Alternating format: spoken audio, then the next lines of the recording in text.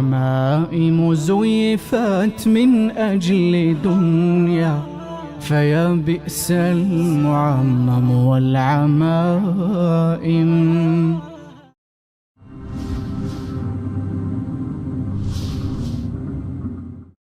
صوروا 3 أيام على رمضاء كربلاء، مسلوب العمامة والردى، عاري اللباس، منخمد الأنفاس، تصهره الشمس بحرارتها، حتى بكت عليه السماوات والأرض ووحوش الفلا والطير، ما من شيء إلا وبكى على سيد الشهداء.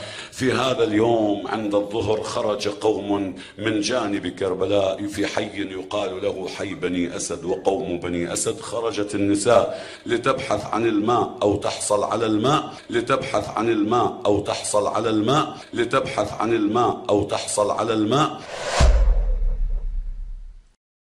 إن الذين فرقوا دينهم وكانوا شيعا لست منهم في شيء، إنما أمرهم إلى الله ثم ينبئهم بما كانوا يفعلون.